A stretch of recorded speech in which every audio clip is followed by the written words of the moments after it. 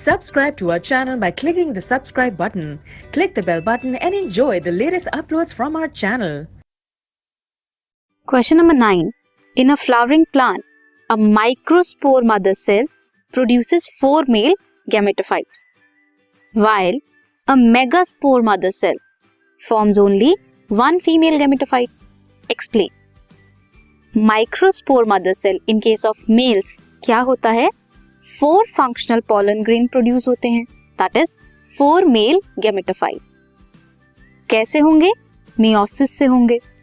Whereas megaspore mother cell में क्या होता है? मियोसिस के बाद 4 फीमेल गेमेटोफाइट प्रोड्यूस होते हैं, बट उसमें से सिर्फ एक फंक्शनल होता है and other 3 degenerate. This was question number 9.